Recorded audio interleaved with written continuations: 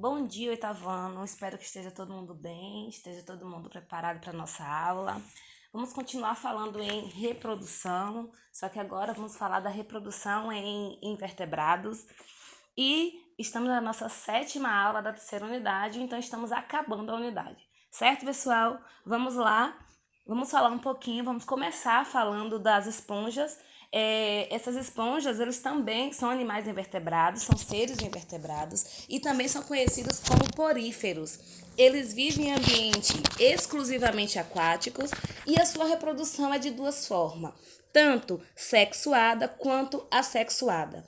Na reprodução assexuada, que eu sei que você sabe que não tem a presença de quê? Dos gametas, certo? Então, como é que ocorre?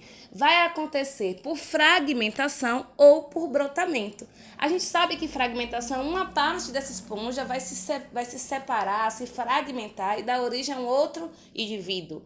Quando a gente fala de brotamento, significa o quê? Que um broto vai ser formado na parede corporal da esponja ou do porífero e vai dar origem também a um novo indivíduo. Quando a gente fala da reprodução sexuada, já é de forma diferente. Na maioria das espécies, a reprodução ocorre por um único indivíduo. Significa o quê? Que ele sozinho vai ter os gametas masculinos e o gameta feminino, certo? Ou seja, o óvulo e o espermatozoide. Nos poríferos também ocorre a fecundação externa e interna. Quando a gente fala de externa, a gente sabe que é o quê? É algo fora, reprodução fora do corpo. Interna, reprodução dentro do corpo. Na externa, como aqui está falando, como a gente sabe que é um indivíduo único, tanto os gametas como o feminino e o masculino vão ser liberados na água e aí vai acontecer a fecundação.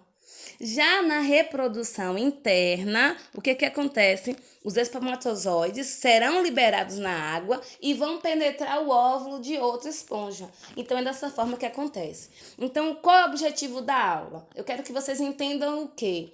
Estamos falando do primeiro animal invertebrado chamado de porífero ou esponja. É a mesma coisa. Eu quero que vocês me digam onde é que eles vivem. Vocês já sabem. Como é a sua reprodução? É de uma forma ou de duas formas? Ah, professora, de duas formas.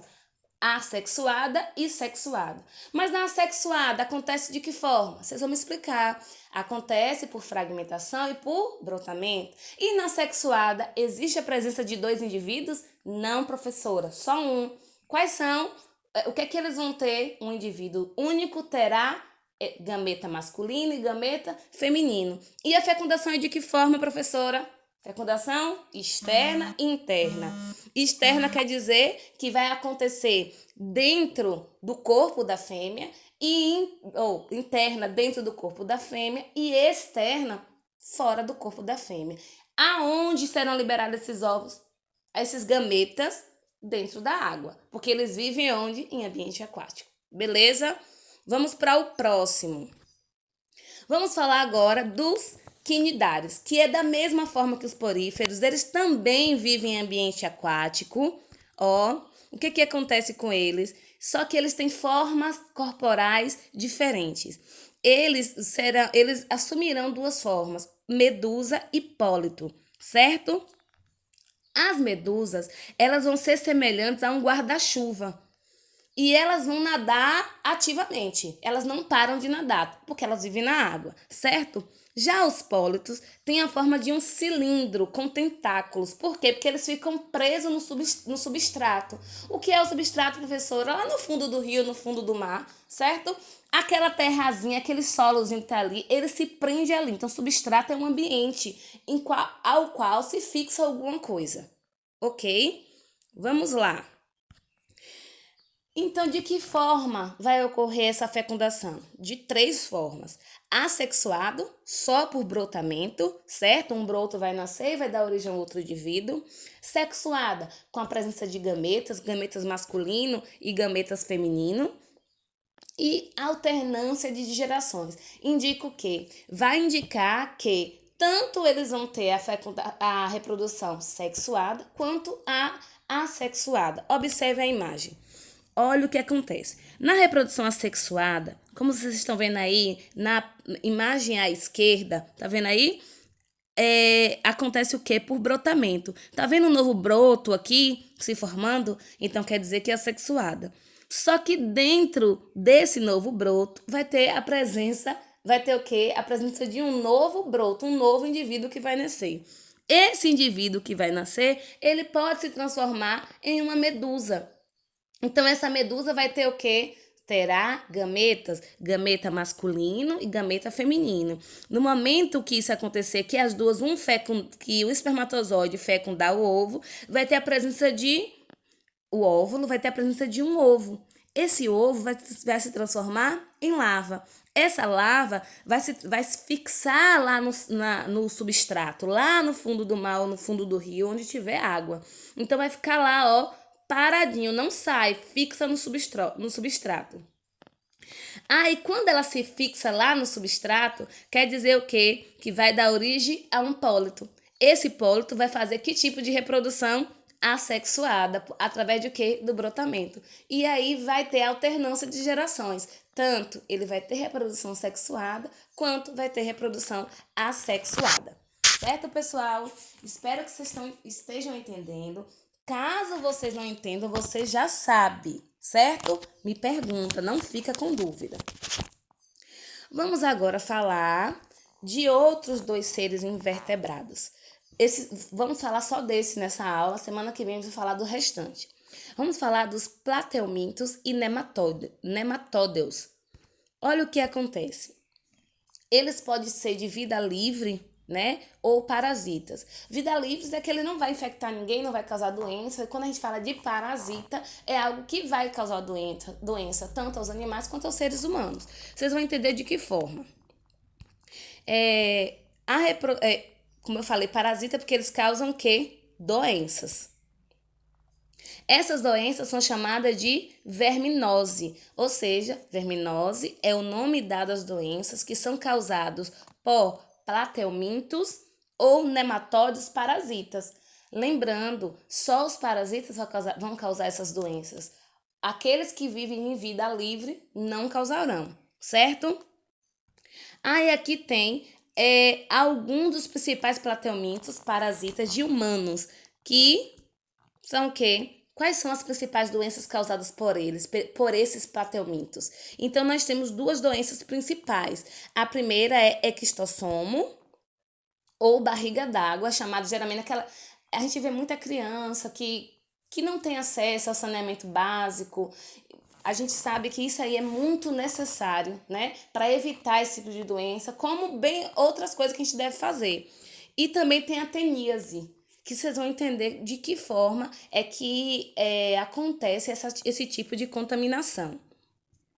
Aí aqui tem o ciclo de vida do ectossomose. O que que acontece?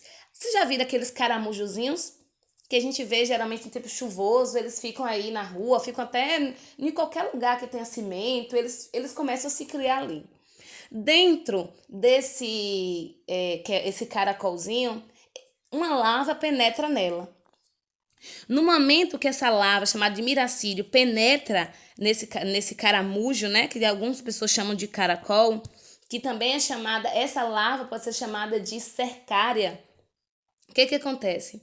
Uma pessoa que estiver nadando no rio, nadando em alguma água contaminada, essa larva vai sair do corpo desse caramujo e vai penetrar na pele humana. No momento que penetra, olha a barriga como está desse homem. Quer dizer que essa larva se prendeu no intestino e deu origem a vários ovos, se reproduziu dentro do intestino, causando doenças. Então acontece o quê? A gente tomar banho em rio contaminado, em água contaminada. Por isso a importância de água limpa. Até em piscina que não se lava, que não se tem os devidos cuidados, pode ter. Se o caramujo infectado ficar preso dentro da piscina, isso pode acontecer. Então os cuidados são necessários. E agora a teníase. Geralmente a teníase acontece o quê? Os animais, eles podem beber uma água contaminada ou comer qualquer tipo de alimento contaminado. No momento que um humano, que uma pessoa, que nós comemos uma carne mal passada, tem gente que gosta daquela carne quase saindo sangue, né?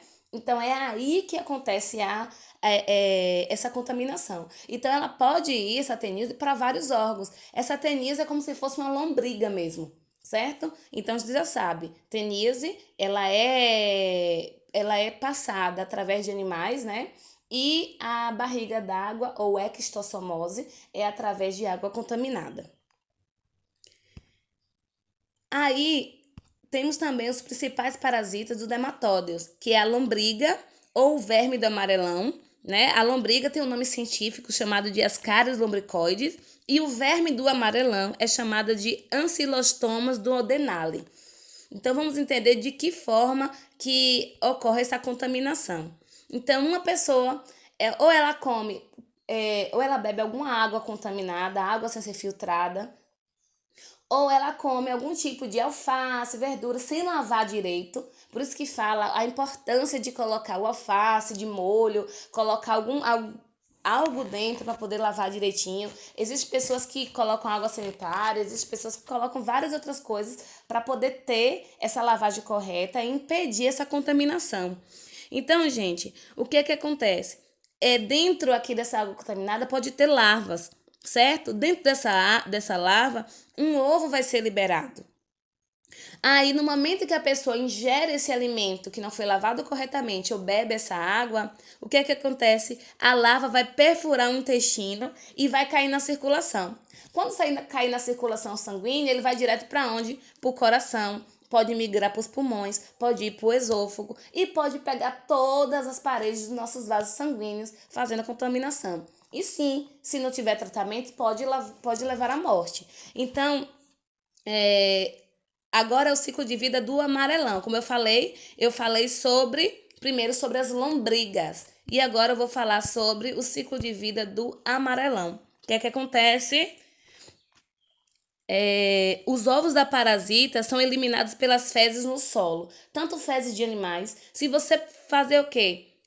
No momento que você pisar, andar descalça e pisar em nenhum desses animais, essas larvas podem sair desses ovos e penetrar no nosso pé. No momento que isso acontecer, vai penetrar onde? Na nossa pele. Aí as larvas vão chegar ao coração e pulmões através do sangue, até se instalarem no intestino, certo? Então, por isso, pessoal, que quando seus pais falarem, não ande descalço, lave as mãos antes de se alimentar e lave as mãos após ir ao banheiro, é por esses motivos. É por conta desses parasitas que podem infectar. E quando a gente fala de verme, é algo muito sério. Vocês perceberam aí? Eles entram, vão pela corrente sanguínea, aí vai pro coração, vai pro pulmão, vai pro esôfago, se instala no intestino. Então, assim, existe casos cientificamente comprovados de pessoas que ficaram sem andar, né? Tiveram doenças gravíssimas por conta dessas verminoses. Então, quando sua mãe fala não ande descalço, não é só para você não ficar gripada. É justamente por esse motivo. Tem cachorro em casa? Muito cuidado com essas fezes de animais. Muito cuidado mesmo. Certo? Cuidado com beber a água de qualquer forma, a água sem ser filtrada, por esses motivos. E agora, o que eu quero que vocês entendam é como é que ocorre a reprodução dos plateumintos e nematóides. Gente, essa reprodução vai ser também de duas formas, sexuada e assexuada, certo? Olha o que vocês vão entender. As planárias, elas são de vida livre ou hermafrodita. Quando a gente fala de hermafrodita é porque possui os dois sexos, ou seja, ela sozinha pode ter a sua reprodução. Mas de que forma? Ocorre também na sexuada a reprodução é cruzada, em que dois indivíduos trocam espermatozoides e um fecunda o óvulo do outro, formando uma cápsula que contém ovos. Olha aqui como é que acontece. Olha a postura do acasalamento. Eles ficam em suas regiões posteriores, eles vão trocar espermatozoide e um espermatozoide do outro vai fecundar o óvulo, certo? Então é dessa forma que ocorre a reprodução sexuada e cruzada desses indivíduos. Aí eles vão formar uma cápsula, dentro da cápsula vai ter planárias jovens, né? E essas planárias jovens vão estar já aí para ter a sua reprodução. Aqui o que acontece, aqui já é dos nematódios, certo? Ó, como vocês estão percebendo aí, o corpo deles são cilíndricos, são alongados. A espécie também são de vida livre de parasitas, semelhante dos plateumintos. A reprodução deles vai ser reprodução sexuada e a maioria dessas espécies tem sexos separados, com indivíduos fêmeas e indivíduos machos. A fecundação vai ser interna, que vai ocorrer dentro do corpo da fêmea. Tá vendo aqui? De um lado, eu tenho a reprodução dos plateumintos, onde eles pegam a parte do seu corpo posterior, um coloca o espermatozoide dentro do outro e vai um fecunda o óvulo do outro. E do outro lado, eu tenho a reprodução sexuada e assexuada das planárias, certo? Aqui, sexuada, eu acabei de falar, a fecundação é interna, e olha como é que acontece, vai ter, ó, eles vão ter sexos separados, certo? Com indivíduos fêmeas e indivíduos machos, como vocês estão vendo aqui, ó, o símbolozinho de gameta masculino e o símbolozinho de gameta feminino. A fecundação vai ser sempre interna, dentro do corpo da fêmea. Olha o macho como é diferente. Ele tem uma cloaca que é para conseguir pegar essa fêmea. Diferente da fêmea que não existe isso. E agora, pessoal, eu quero que vocês entendam. Nós teremos um teste no dia 19 de outubro. Antes que vocês falem, mas professor, outro teste. Sim, gente, outro teste. Vocês perceberam que eu não passei quase atividade para casa para vocês, justamente para dar tempo para vocês de absorverem a aula, de entenderem, de fazerem os testes, e não se preocupar com outra coisa? Então, por isso, nós tivemos um trabalho valendo ponto, tivemos aquele teste, que no caso seria no lugar de seminário, por conta do aplicativo Proesc, que exige que tenha um seminário. Então, eu fiz um teste no lugar valendo também um ponto, com apenas um capítulo. E agora nós teremos um teste com 2 capítulos, porque ele tem o valor de 2 pontos. Não é difícil. Serão 2 capítulos pequenos que você já sabe do que se trata. Será algas e plantas sem semente, a gente vai falar das algas, e vai falar das sem sementes, a gente sabe que é briófitas e pteridófitas. E o outro capítulo é plantas com sementes, que você sabe também, que são as gimnospermas e angiospermas. Vocês vão saber o quê? Como é a reprodução dessas plantas, o que vocês já estão cansados de ver aqui nessa terceira unidade, foi o que a gente mais falou sobre reprodução. Certo, pessoal? Lembre-se, qualquer duvidazinha, por pequena que seja, precisa ser solucionado. A nossa aula de hoje seria através do Google Meet, seria uma webconferência, onde vocês iriam, seria bem melhor, porque vocês poderiam me perguntar em tempo real. Mas, infelizmente, por problemas que você já sabe quais são, nossa aula teve que ser em vídeo. Mas eu tentei explicar o mais minuciosamente possível, para que não tenha dúvida. Um beijo, fica com Deus e muito obrigada!